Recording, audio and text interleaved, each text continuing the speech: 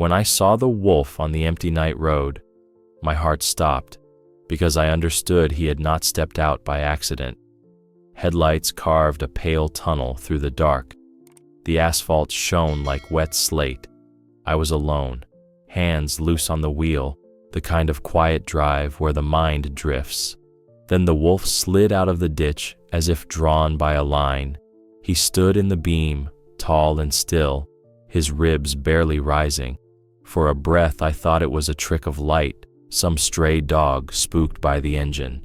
I told myself I would tap the horn, watch him dart away, and keep moving. I thought it was over before it began, but nature had written another line for me. He did not run. He looked straight at me, not fierce, not tame, almost patient, ears forward, tail low.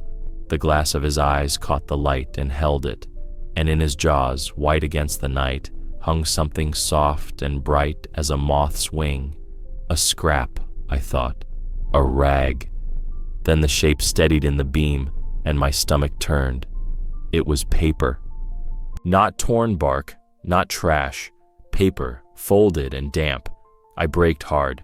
The seatbelt bit my shoulder. The car shuddered to a stop with a tired sigh, and the hazard lights started ticking like a nervous hand. I had no plan, only a feeling that if I went around him, I would carry a weight for the rest of my life. I cracked the door. Cold night licked my face. The air smelled of frost and old leaves and hot metal. The wolf lowered his head, kept his eyes on mine, and stepped closer.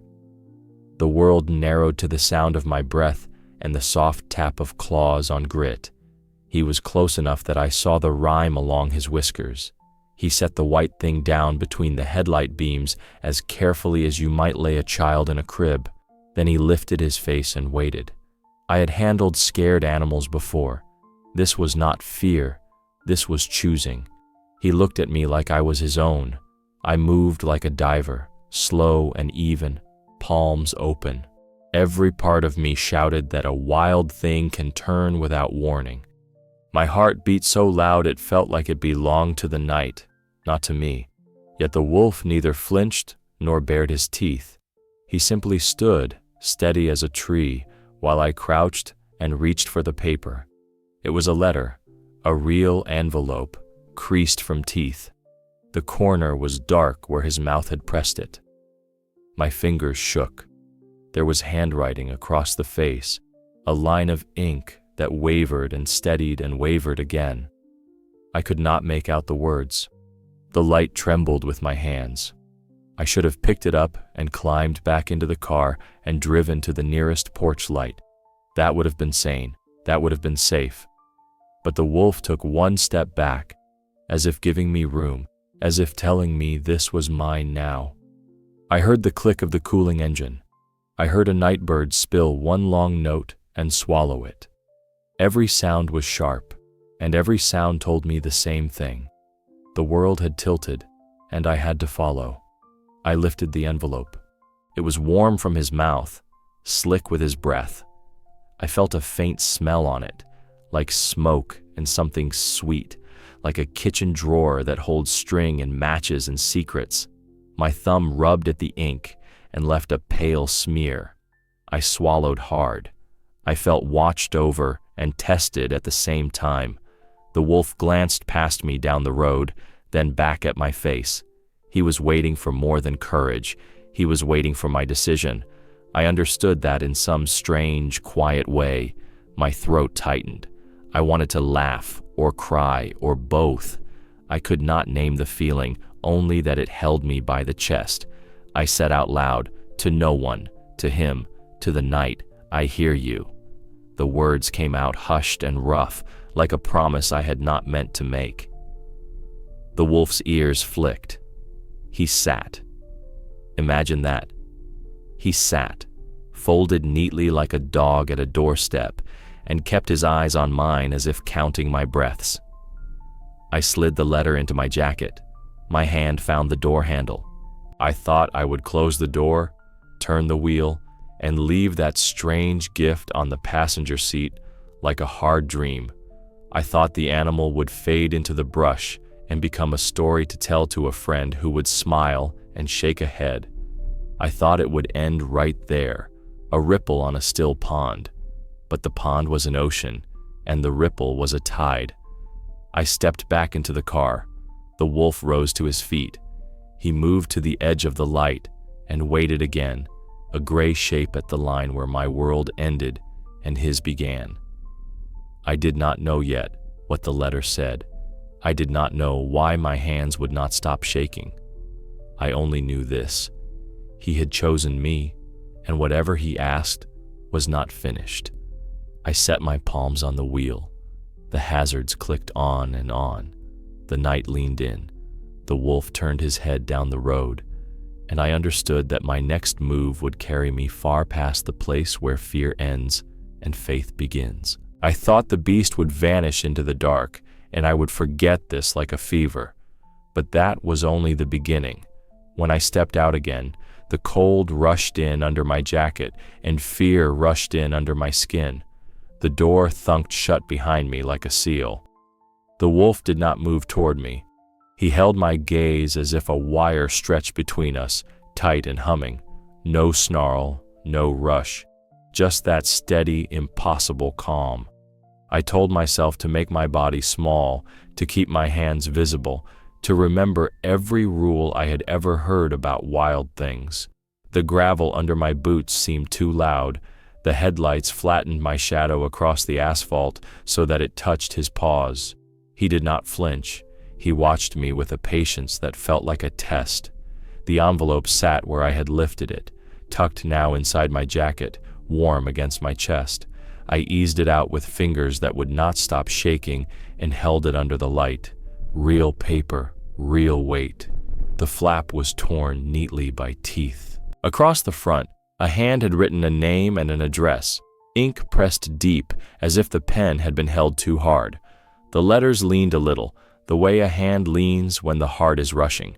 I could not read it all at once. The beam of the headlights shook with me and made the ink bleed silver. Behind that bright paper, he lifted his head, checked my face, and stepped back one clean pace. It was only a breath of movement, but it changed everything. He was making room not for himself, but for me. He looked at me as if he trusted the fate of a human to my hands. I felt the words land inside me like a bell. I wanted to say that I was not that person, that I was nobody, that I just happened to be on this road tonight. But the wolf's ears turned to the sound of my voice before I even formed it. He was listening. He understood the shape of intention in a throat. I angled the envelope closer to the light and picked out pieces. A woman's name, a road I knew only as a sign passed at speed, a town that sat several turns off the highway, dark at this hour, quiet as a closed book.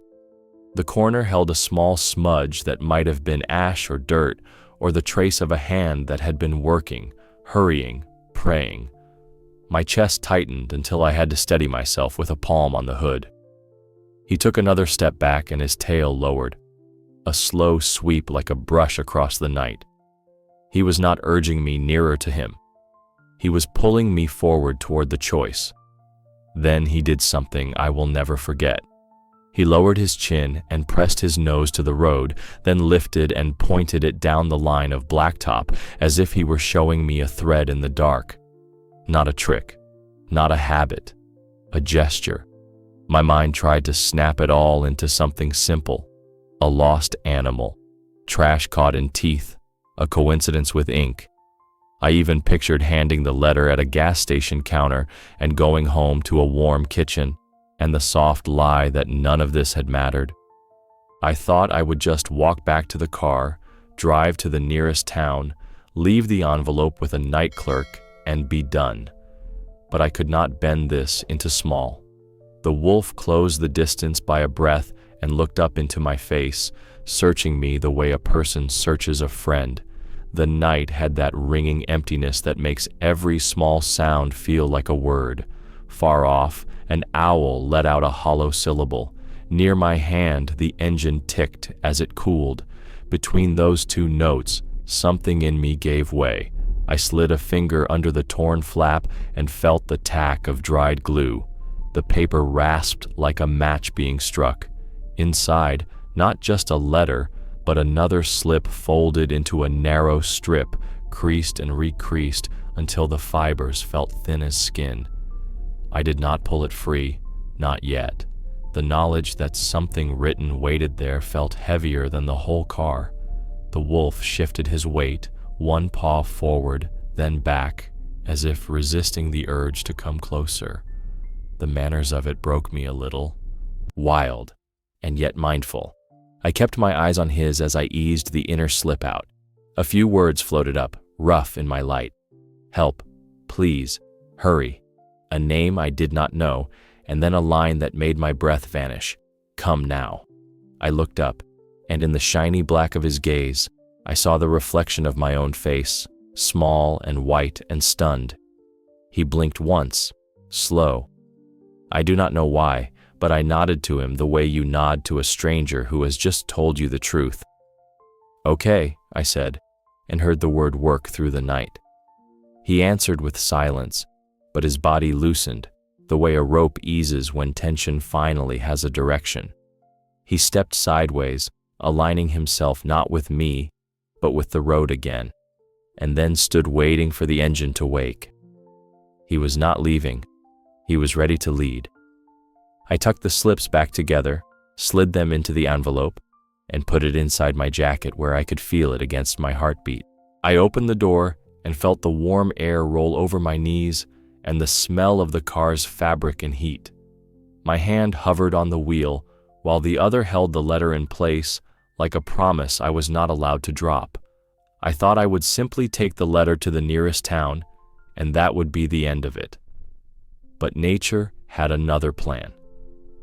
I sat there with the engine idling and the dark pressing at the glass, torn clean down the middle. Part of me wanted to turn around, find the nearest porch light, hand the envelope to someone in a uniform, and be done. Part of me felt the pull of the wolf, the way a tide takes you from the sand. Fear argued for the turn.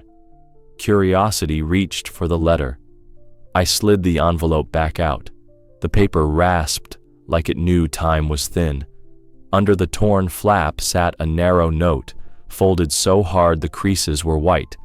I opened it, and the handwriting jumped at me, tight and shaking, letters climbing over each other to get out. Please help. She can't breathe. Come now. The little house by the creek. The door is open. My throat closed. There was a name, a last name I did not know, and a road I had seen only as a green sign in passing, a string of syllables I had never spoken aloud. The ink ran a little where a tear or water had touched it.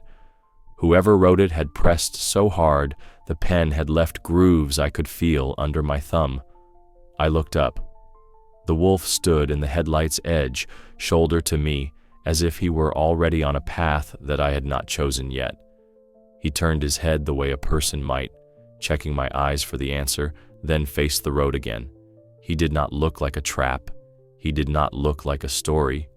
He looked like a messenger with no more time to waste. I checked my phone. No bars. Just a blank strip that felt like the night holding its breath.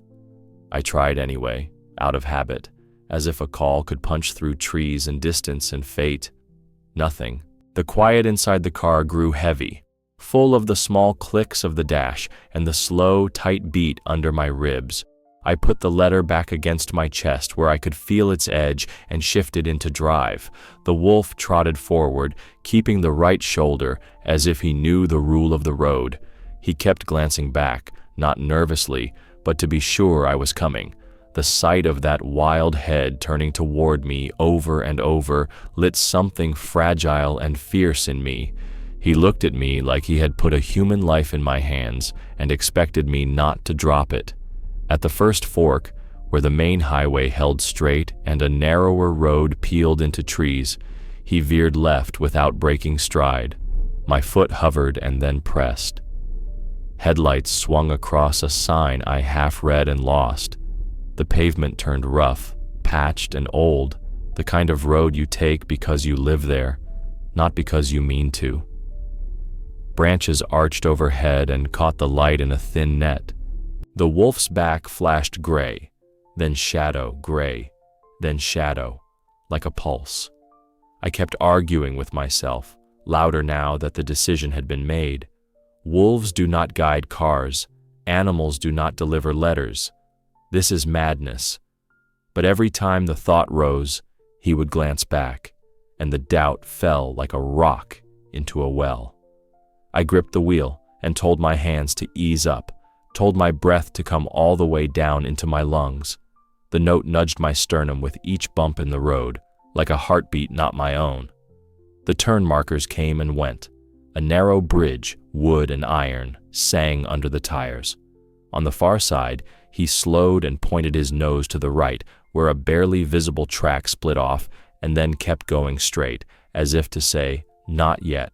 A deer lifted its head from the ditch and froze, eyes lit to coins, and the wolf paused and held still until I rolled past, then moved again. It was not obedience, it was consideration. It was a mind at work. More than once I eased off to see if he would fall away and vanish into the brush the way a wild creature should. Each time I slowed, he slowed. Each time I crept forward, he matched me, keeping the same careful distance like a promise we both understood and neither had spoken. My fear didn't leave. It braided itself with something like reverence, an ache that started behind my eyes. The road narrowed again. A dip filled with fog pooled like milk. On the other side, a bent sign leaned toward the dirt, the letters nearly gone. The name on my note rose up in my head in the same moment, uninvited, and my stomach turned over. I still hadn't read the back of the paper. I had seen there was more, a faint line in lighter ink, but my hands had not let me turn it. The not knowing kept a hook in me. I told myself I would stop at the next mailbox, the next lit window, the next anything, and ask a stranger to take this from me. I wanted the burden to pass like a baton.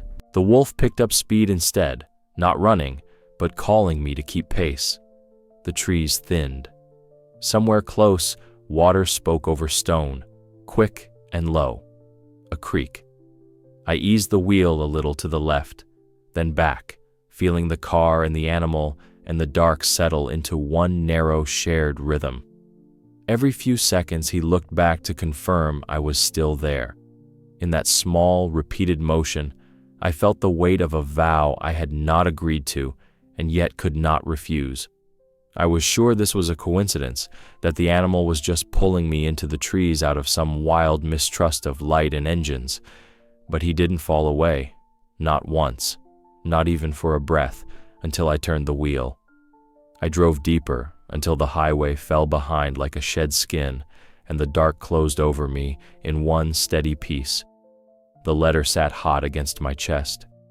I told myself I'd stop at the next wide shoulder, read it right through, and make a sane choice. Then a rusted stop sign rose out of the trees, red gone to brown, and I eased to a halt. The wolf trotted ahead, slowed, and looked back as if to ask whether I was still the same person who had said okay. I opened the envelope with both hands, careful not to tear more than the teeth already had.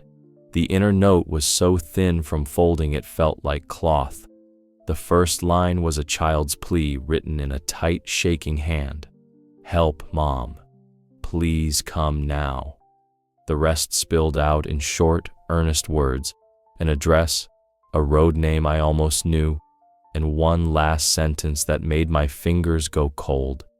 "The door is open." I ran my thumb along the grooves the pen had cut into the fibers. Whoever wrote it had been pressing hard, racing time. A small, lopsided heart sat in the corner like a breath held too long. Goosebumps ran up both arms. Something about the writing stirred a memory I could not place. The rounded M's like tiny hills, the way the S leaned back on its heel.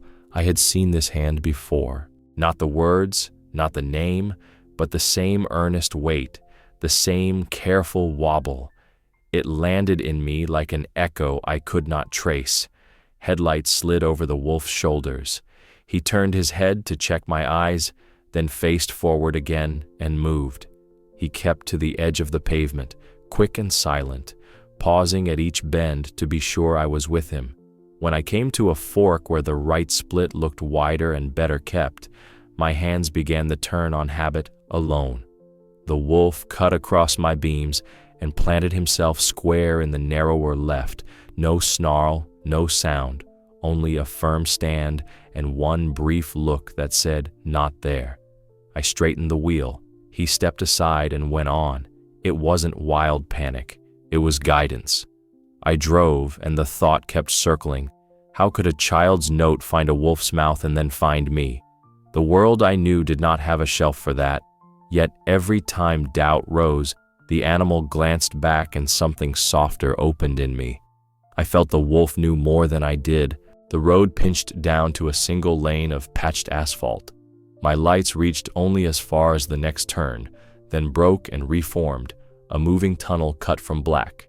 The creek ran somewhere close, a ribbon of sound, quick and cold.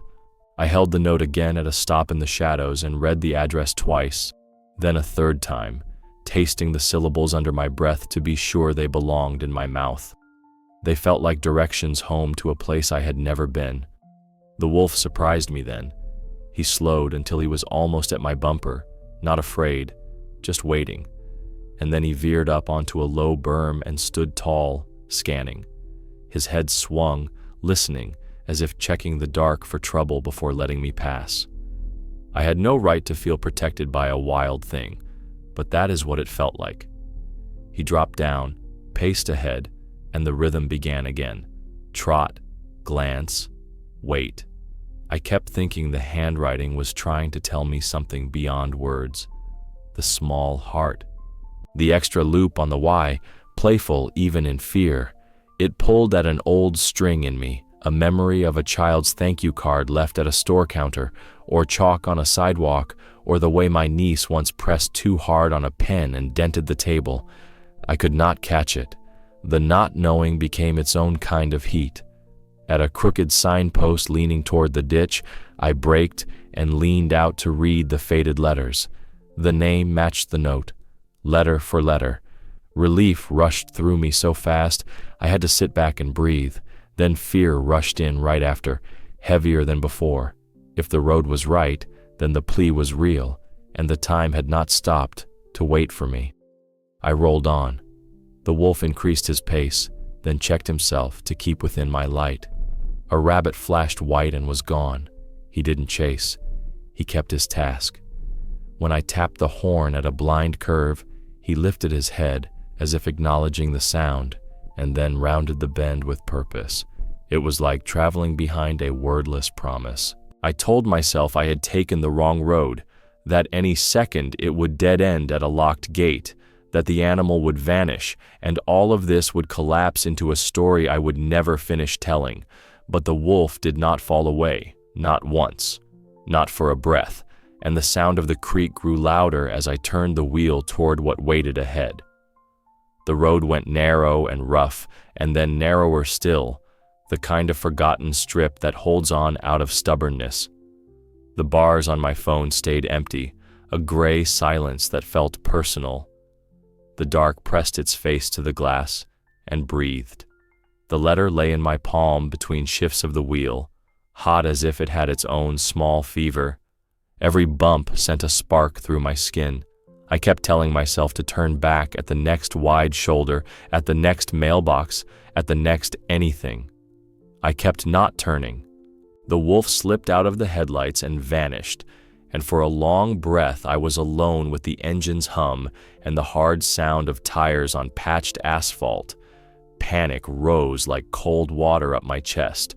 I lifted my foot, ready to slow and swing around, and then he appeared again at the edge of the beam, angled across the lane just enough to take my choice away. He held there, watching, until I eased forward.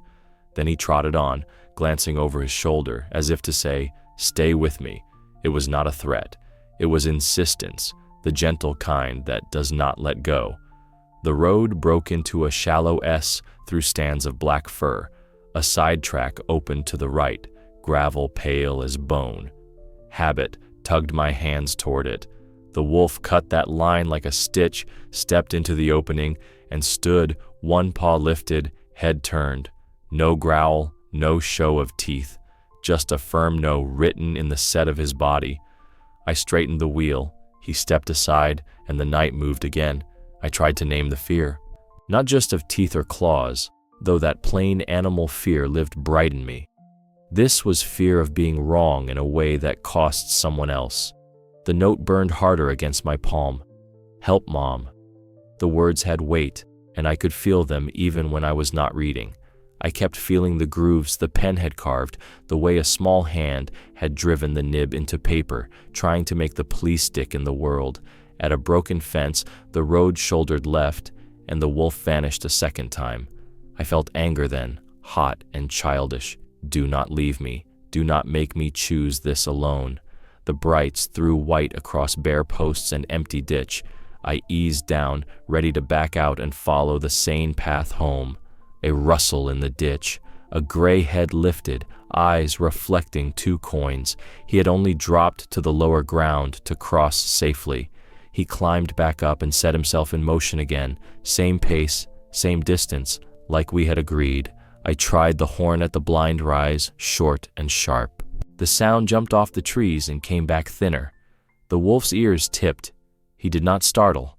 He adjusted, giving himself a few more strides of space, and then returned to that careful lead, like he was translating road rules for me. The night thickened. Fog pooled in hollows and thinned again. Somewhere to my left, water spoke over stone, a quick, steady whisper that braided itself with the engine's voice. The address from the note repeated in my head until it turned into a rhythm. The little house by the creek, the little house by the creek. Each time the words came, the letter seemed to heat again, and I pressed it against my chest to keep from dropping it. At a crossroad that looked like every other crossroad, the wolf broke pattern. He stopped and faced me square, as if to check not my presence, but my resolve. For a long second we stared at each other through light and breath and fog. I felt seen in a way that was not human, but was not less than human. He looked at me as if he knew more than I did, as if he had weighed my fear and my doubt and found what he needed anyway. I inched forward. He stepped back, nodded. Yes, I swear it looked like a nod, and then turned left. I followed. The asphalt went to patched gravel, then to dirt with old ruts. Branches reached low enough to tick at the roof. The smell changed, too. Less cold stone, more wet wood and iron rust. My shoulders ached from gripping the wheel. My eyes stung. I caught myself whispering to the note, to the wolf, to the dark, to anyone listening. Hold on, hold on, hold on. For a handful of heartbeats, the wolf was gone again, swallowed by a bend and a stand of alder. The road curled, and the space without him felt like a cliff under my feet. I almost stopped. Then he stepped out of the trees at the far edge of my lights, quick and soundless, and took his place in front like a lantern with a living mind. The relief that hit me made my hands weak. It embarrassed me a little. I had never wanted to belong to anything I did not understand. Tonight, I belonged. Doubt kept throwing up its tired arguments. Animals do not deliver messages. Coincidence does not grow a spine and walk you down a road.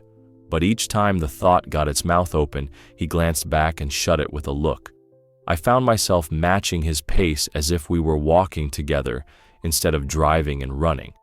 I found myself believing the old, impossible thing, that the wild had reached across the line and asked for my help on purpose. Up ahead, the trees broke, and the night opened into a long, dark field lined with fence posts and a thin scatter of winter weeds. Far off, a weak orange smudge hung in the air like a breath that never quite became flame. A village, I told myself. Finally. Warmth, doors, people who would know what to do. I thought it would end soon. that a village waited ahead and this strange errand would be finished. But the road kept stretching on, and the smudge did not become houses, and the wolf did not slow. The road finally loosened its grip and widened into a fringe of houses, then thinned again to a single old place crouched at the edge of the village. No lights, no porch glow, just a dark roof and a door that leaned like a tired shoulder. I eased to a stop. The engine ticked. The creak spoke somewhere close, steady as breath. The wolf slowed, crossed the yard without hurry, and sat by the steps as if he had been born there. He did not leave. I killed the headlights, and the world went softer and larger. For a moment, I could hear only my own breath, and the water, and the small shift of paws on wood. I called out, voice too loud in the hush. "Hello?" The words seemed to stumble and fall inside the house. No answer. I looked at the wolf. He held me with that same strange patience, then stood, padded once along the porch, and pressed his nose to the seam of the door. A low whine lifted from his chest, not fear, not warning, a sound like a request. Then he sat again and waited. The envelope stung my palm.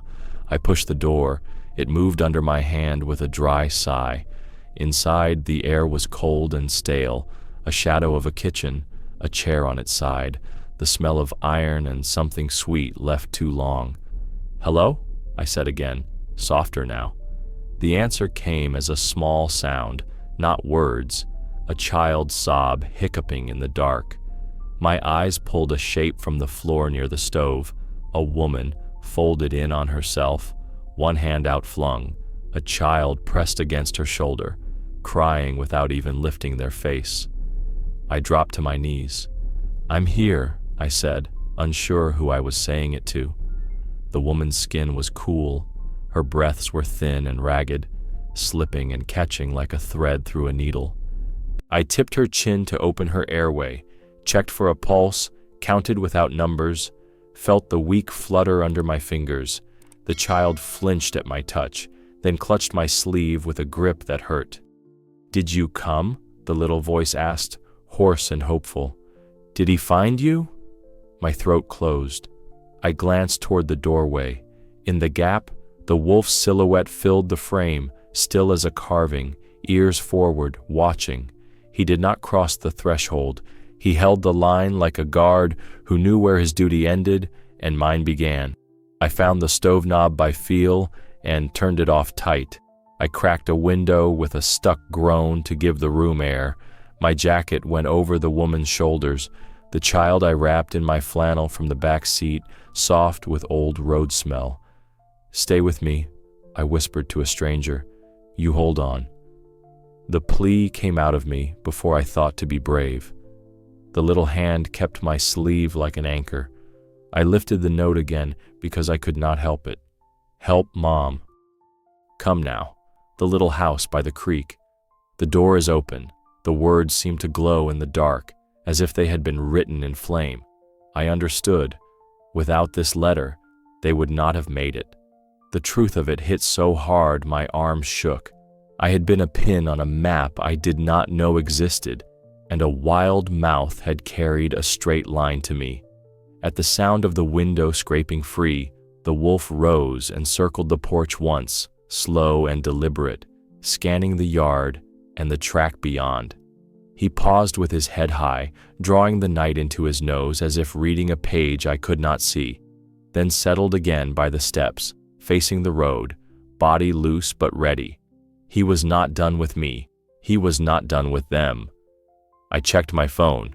Dead quiet, no signal, just the blank patience of the screen. A knot of panic pulled tight inside my chest, then loosened under the fact that there were still things I could do.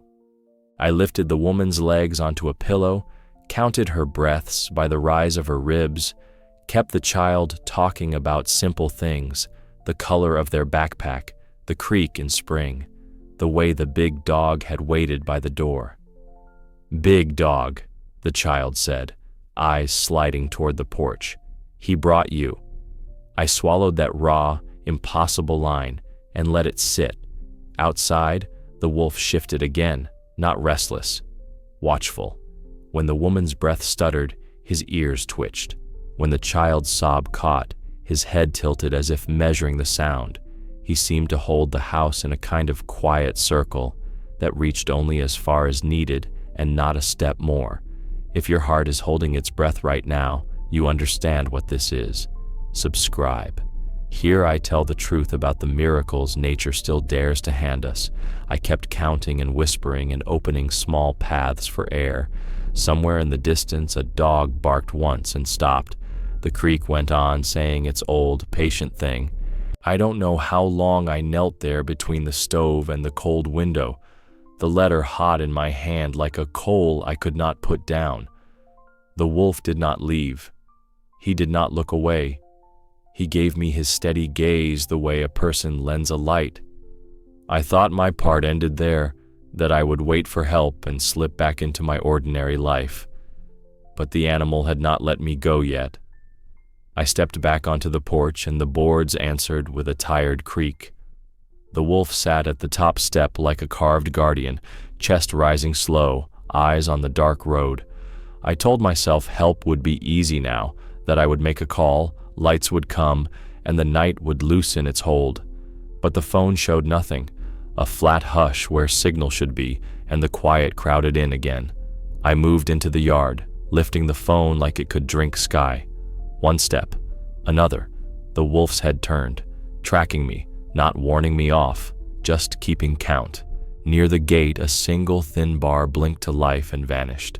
I stood on my toes and tried again. The emergency call pushed through like a voice underwater. I gave the road name from the letter, said little house by the creek, said door is open, said woman not waking, said child crying, said I am here, please come. The operator's words broke and knit, but I caught the promise, help on the way. The call fell apart. The gate clicked in the wind as if agreeing. Inside, I knelt by the woman and timed my breath to hers. The child pressed a warm face to my sleeve and went quiet in sudden, spent gulps. I kept talking soft about ordinary things because ordinary can hold a person together when the world tilts. The wolf never crossed the threshold. He held the line from the steps, eyes moving from me to the road to the black yard, like he was lending us his steadiness. A sound slid into the night far off, a thin thread that rose and fell, a siren searching its way along back roads and forgotten turns. The child lifted a face, eyes wet and wide. "They're coming," I said. The wolf stood, shook once, and faced the sound, body stretching taller as if to make himself seen by what could not see. Headlights found the house, swinging slow, then locking onto the yard. The siren clicked off, and the sudden quiet felt like a held breath. 2 paramedics moved through the door with the calm of people who have practiced not to panic. I stepped back and told them what I knew. I held out the letter because it was the truest thing I had. The younger medic looked at the torn flap, then at me, as if he would ask how on earth I had gotten it. He didn't. He touched the woman's neck, checked her eyes, spoke low to his partner in the language of breaths and beats and pressure. They worked with quick, careful hands. The child clung to me and watched, jaw trembling. I said, "They know what to do." And the words felt like a rope I could put in that small hand. The older medic glanced toward the porch, paused for half a second, then returned to his task. The wolf stood at the open door, eyes level, no growl, no movement, but breath. Anyone else might have called him a dog to make the scene normal. He was not normal. He was himself. They lifted the woman onto a stretcher, wrapped the child in a blanket that smelled like clean cloth and 100 rescues, and carried both toward the waiting lights. The wolf stepped down from the porch and came closer than before, slow and steady, paused silent on the yard. He kept his head low, not in fear, but in respect, as if understanding that the center of the night had shifted from him to them. He looked up at me then, and the look hit so deep I had to grip the doorframe. He looked at me as if he were saying, "Thank you." I followed them to the ambulance. The child turned in the crook of a medic's arm and reached a hand toward the gray shape in the dark. "He found you," the child said, voice small and sure. I nodded because there was no other word for it. The medic tightened the strap, softened his face, and closed the doors. For a second, the wolf stood with his reflection caught in the red and white, a wild face painted with human light. The engine caught and the siren lifted again, these lights and sounds that mean someone will fight to keep a stranger's breath going. The ambulance pulled onto the road and slid away, a bright spine bending into the trees. The yard went back to creek and wind and night. I stood there with my hands empty and my chest full, the letter tucked against my heart like a coal that had burned me into a different shape. The wolf stayed. He stepped closer to me than he ever had, close enough that I saw the frost line on his whiskers and the small scar under one eye, the work of winter and hunger and survival written plain. He lifted his nose, breathed in the smell of my jacket, then turned his head toward the black ribbon of road and took one step, then another, as if to invite me to follow. I thought the story had ended, that I could climb into my car and drive back toward the lights of a town and the stranger's version of normal, forget this night like a hard, beautiful dream. But he did not release me. He had one more thing to show, and the revelation was still ahead. The ambulance took the bend, and the night folded back into itself. The wolf and I stood in the leftover quiet. He looked at me once more, then stepped off the yard and followed the road a little way, not running, not hiding, just moving like a thought that had somewhere to go. I followed to the corner. He stopped, lifted his face to the wind and, without drama, without sound, melted into the trees. I waited for a flash of eyes, a second look. Nothing. It felt like someone had closed a book in the dark. Morning brought the smell of antiseptic and coffee. I found the right floor by the sound of the child's voice, thin, brave. A nurse with kind eyes said the mother would stay, that the timing had been close, that close had been enough.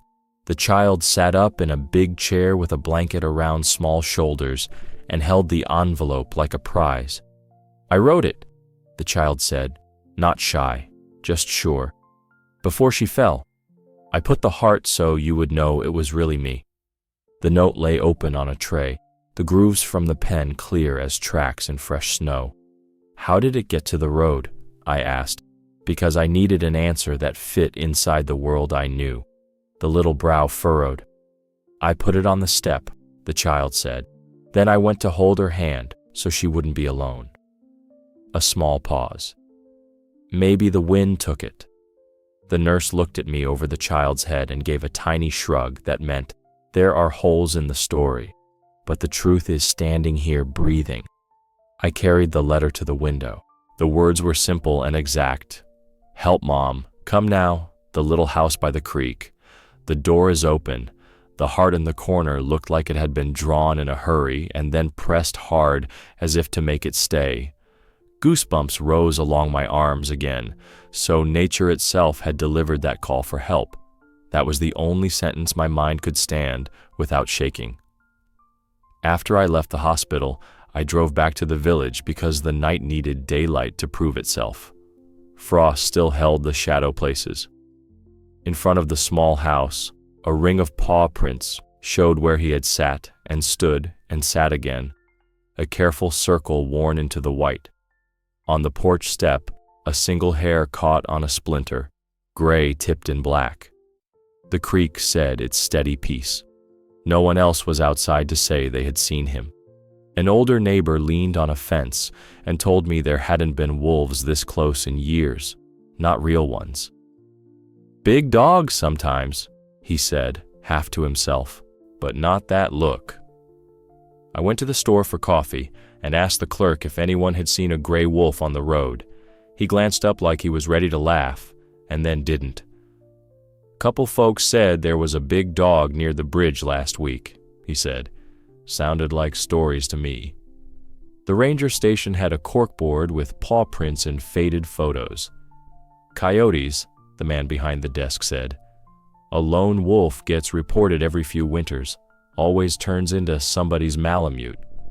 He handed me a brochure about not feeding wildlife. I took it because there was nothing else to take. In the afternoon, I went back to the house. A new lock on the door, fresh footprints on the step, small and big. The child's drawing was taped in the window, a house with a slanted roof, a creek, a big gray shape sitting by the door like a friend who knew the rule about thresholds. I stood there a long time with the letter in my pocket and the cold coming up through my shoes, wondering how a wild mouth had found paper and words and me in the middle of a road I almost didn't take. No one could tell me how the envelope left the step. No one saw teeth carry ink. No camera caught a gray shape crossing a yard with a white corner held careful like glass. The story kept its gap right where wonder lives. Days went by. People in town started to nod at me like they knew what I knew, and also didn't. I asked the mail carrier, the bus driver, the man who cuts wood by the bridge. They all said the same thing. We haven't seen him again. I tried to fold it into a shape I could put away. Maybe a stray dog, maybe wind. Maybe I arrived because I was always going to arrive. I could have called it coincidence and walked it back into something small, but one thing wouldn't let me rest. The way he looked at me like he recognized me, and the way the handwriting tugged at a memory I still couldn't place. I knew I had to go back to the place where he first stepped out of the dark and ask whatever was waiting there to tell me the last of it. A few weeks later, I took the same road, telling myself I was only passing through, only testing the curve of memory against daylight gone to dusk. The fields were stiff with frost, the creek a darker ribbon threading the weeds. I drove with the window cracked to taste the cold and hear the world breathe. At the place where he had stepped from night into my life, I eased off the gas and rolled to a stop. The engine ticked. The silence rose around me, wide and watchful. I told myself the road would be empty and I would finally call it finished. I thought the night had nothing left to give, but it still had one more page. I stepped out, closed the door softly, and stood with my palms on the roof, the way a person steadies themselves at a graveside. The air smelled like iron and wet leaves. Far off, a barn metal roof pinged as it cooled. I waited without a plan, feeling foolish and reverent at the same time, as if any sound might break something delicate I could not see. At first, there was only the creek and my own breath. Then, at the far edge of the ditch, a shape unstitched itself from the line of trees. Gray, lean, silent. He did not hurry. He came to the edge of the light and stood there, ribs rising, ears forward, eyes catching my headlights and holding them. I felt the ground shift the way it does before a storm. Every hair along my arms lifted. I had the sudden, foolish thought that if I blinked, he would vanish. So I didn't. He looked straight at me. There was no challenge, no flinch. His gaze felt like a hand laid gently on my chest to count my heartbeats. He took one step closer and stopped, then another, as if measuring the distance not in feet, but in trust. I opened my hands to show I had nothing, the way I had the first night, and the old fear rose beside the old awe, a braid I recognized now as the truth of being alive. He did something small that felt enormous. He sat, the same clean fold of limbs as before, the same tall stillness. He glanced past me down the road, then back into my eyes, checking not my threat, but my attention. I whispered thank you because the words pressed up from inside me and would not be held. He listened. His ears tilted the way they had when I first said, "Okay." It was a conversation without grammar, and I knew I was not imagining it. I remembered the child in the hospital with the blanket around narrow shoulders, the way small fingers had worn grooves into the paper. I remembered the scent of the cold kitchen, the way the window had coughed free, the woman's breath crawling back into the world 1 inch at a time, The night had threaded a wolf and a road and a stranger together and pulled a life back from the edge. My throat tightened until my eyes burned. If your heart is pausing right now because you recognize what this is, you understand, subscribe. Here I tell the truth about the miracles nature still dares to hand us. The wolf stood again, shook once and moved to the right, as if making room for something to pass between us. The creek spoke. A faint wind went through the grass like the sound of a hand across linen. For a heartbeat, I thought this was the ending we both deserved. A last look, a clean parting, a story folded and put away. But endings are human inventions, and the wild does not read our clocks. He stepped toward me one more pace and held my gaze so steady it felt like a weight. In that look I heard all the arguments I had tried to make against wonder. Coincidence, wind, a big dog, a trick of light, fall quiet as leaves. He looked at me as if he knew more than I did, as if he had carried a choice across a line no map shows and set it in my hands. He looked at me like his own. A car hissed by in the distance, a pale arrow of light on the far hill, gone as quickly as it came. He did not startle. He did not break our line. He only breathed, and I matched him without meaning to. The night seemed to lean in to hear what would happen next. I wanted to ask him the question that had gnawed at me since that first stop. How did you know? But the question felt too small for him and too large for me. Instead, I said, I saw you, and the words left me like a promise and a confession. He blinked once, slow. The feeling that came with that blink was so clean, so impossible, it made my knees weak. Gratitude, yes, but something else. Recognition that did not require proof. He rose and paced to the center line, turned his head down the blacktop, then back to me. A gesture, the simplest kind. Go on. Live. Carry it. I felt a soft, stunned smile find my face, the first in weeks that didn't feel like a borrowed thing. My chest hurt the way it hurts after you have been holding your breath too long. He watched me for one more long breath. I swear, the animal nodded to me like a person and disappeared, and then I understood. Nature is wiser than us, and I saw it with my own eyes. If you also believe that animals carry signs to us, right, we are not alone in this world.